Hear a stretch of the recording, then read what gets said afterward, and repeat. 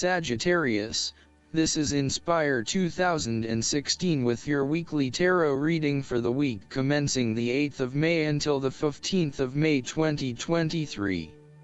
The first card for you is representing, how do you feel about yourself? Your card is the King of Pentacles. There would be a male significant figure in your life, most likely from earth signs, who is grounded, pragmatic and financially stable. He is a shining example of financial stability, with wealth and experience coming easily to him and to share with everyone around him. This is a man who has reached the pinnacle of his financial power and influence and is able to rest assured of his continued prosperity. He is no longer required to struggle to achieve what he desires, and is able to accomplish anything he wants because he has already proven himself. Overall, this card indicates the final fulfillment of a creative task, business venture, or investment. Through diligence, responsibility, and attention to detail, you have achieved great things and can finally say that you have completed your task or attained your goal. You can now enjoy all that you have accomplished and the successes you have created. You have created a richness of life, not just financially but also spiritually, which will set you up very well for the future. Whenever you need the skills to manage your day-to-day affairs competently and efficiently, you can call upon the King of Pentacles. Work hard, methodically, and conscientiously. Give generously of your time and resources, because by giving you often receive more, and making more money is something that all Kings of Pentacles love to do. The second card for you is representing, what do you want most right now? Your card is the Nine of Wands. What do you want most right now is achieving success and overcoming challenges. You are so close to completing a particular project or task, but at the last minute, you are faced with yet another challenge or setback. Know that you have the inner resources necessary to overcome any difficulty you encounter, even though it may seem impossible at the time. You are so close to finally achieving success. Do not give up now. The Nine of Wands is a sign of hope and encouragement that if you stand firm and strong against your challenges, you will achieve your goal. The challenges before you now are only the last bit of darkness before the break of a wonderful dawn. The Nine of Wands is like the one last test or challenge before you can reach ultimate success. You feel as if you have come to the end of your fighting powers, but you have the skill and determination in reserve. You are in a position of strength, and by drawing upon all of your courage and abilities, you will prevail. Once the last obstacle is overcome, you are home free. The Nine of Wands encourages you to be resilient. You will continue to be opposed by hidden enemies and your interests will be questioned. Even in the face of such adversity, when you are feeling battered and bruised, you need to be patient and vigilant. Be assured that you will eventually prosper if you maintain your position. And remember, if you do not succeed at first, then try again. The third card for you is representing your fears. Your card is the Queen of Cups. You are afraid of your negative emotional mental state play in your head. You are allowing your imagination to run away with you. You mean well, but unfortunately you cannot be relied on. You are letting your emotions take hold and you are not thinking clearly with your head. At its worst, the precious qualities of imagination and flowing fantasy might turn out to be weakness and thoughtlessness, turning in any direction that any wind may blow, getting lost in a dream world of unreal fantasies. You are becoming easily overwhelmed by emotion, and you are becoming moody, unstable, brooding, suspicious, and overly secretive. The Queen of Cups represents an over-emotional wreck who can be driven to manipulative and vindictive behavior. Your mood swings are making life difficult for others and you are emotionally draining on those around you. You tend to play the emotional heartstrings to your advantage. Within you, you may also harbor angst and self-loathing for your inability to do more with yourself and your talents. This card heralds a time when separating the emotions from any sense of sensibility may be difficult. Strong emotions may seem to take all parties on a roller coaster ride. Within projects, jobs, or workplaces, all members may feel their emotions are a little frayed from stress. With this in mind, the Queen of Cups also warns against entering into any agreements with those who seem to play on your sense of guilt or pull on your emotional heartstrings, for they may not be what they seem. The fourth card for you is representing what is going for you. Your card is the Eight of Swords. You may feel trapped by your own thoughts and perspectives. The woman in this card is blindfolded and bound, trapping her into thinking that she has no way out.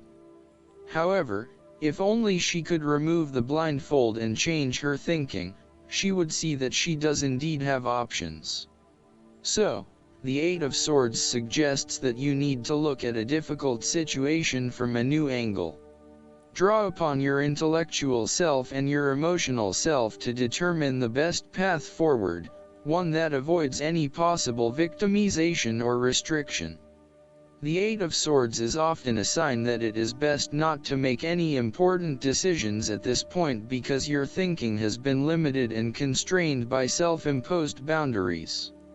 You are struggling to see a situation for what it is and have been led to believe certain things that may or may not be true.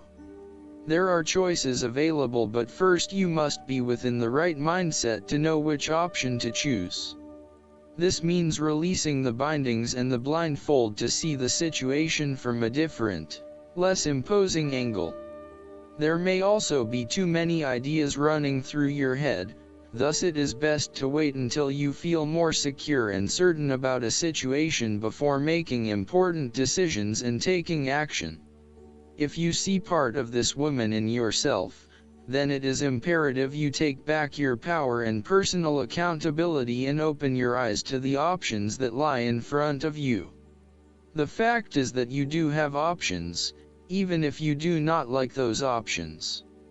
This is fine, so long as you accept that you do indeed have options and you do not have to be the victim here.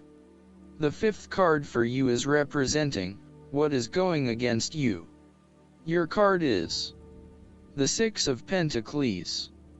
Be very careful about who you lend your money to, especially if you, yourself, are in financial trouble. While a generous spirit is a wonderful quality, you need to ensure that you are able to support yourself whilst helping others. You may have a tendency to spend or give away more than you can afford to. Be careful with the amount of debt that you get into.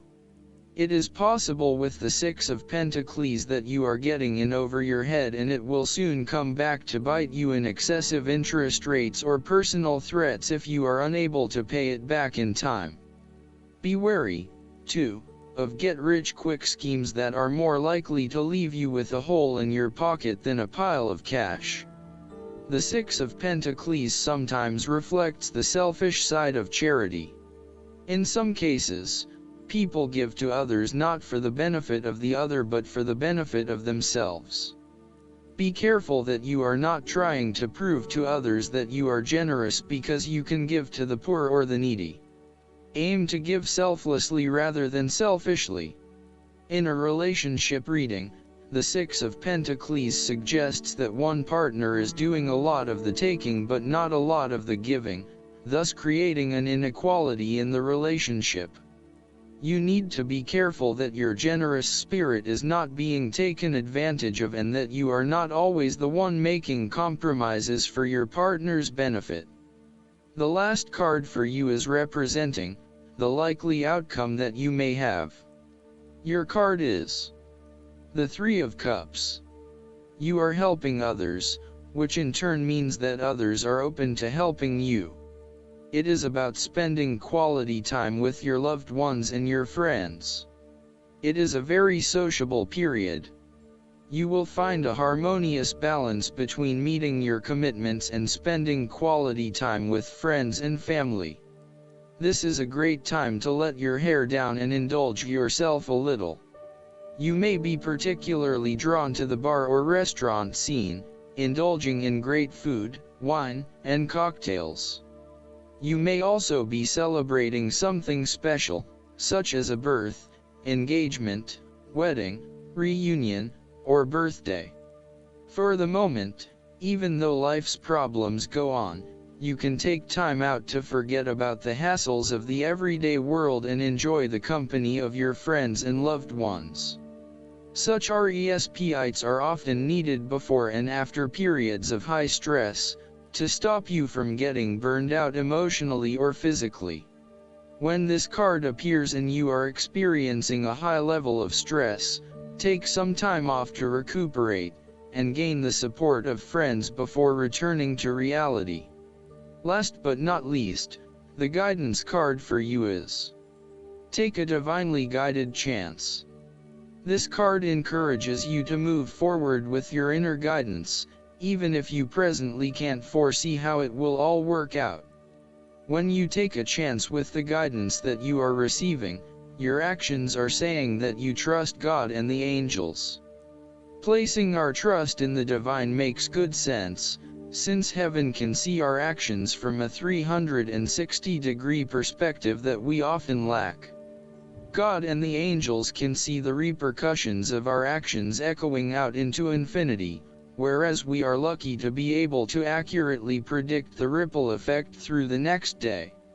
Very few monumental and important tasks have been achieved by people who did not take some sort of risk. We know that it can be intimidating, but trust that you are being led toward a positive and abundant future. God and the angels are with you every step of the way, ensuring that you will only receive that which is for your highest good. The angels of abundance are not encouraging you to take needless risks or to behave recklessly, however. Ensure that you are following your divine guidance, not some ego-based desire.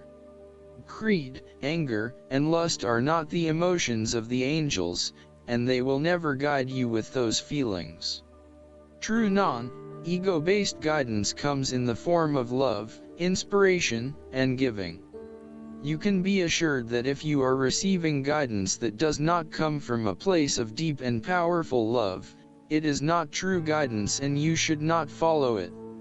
You can always ask God to help you to know if your guidance is true or not, and you will receive clear signs to answer you.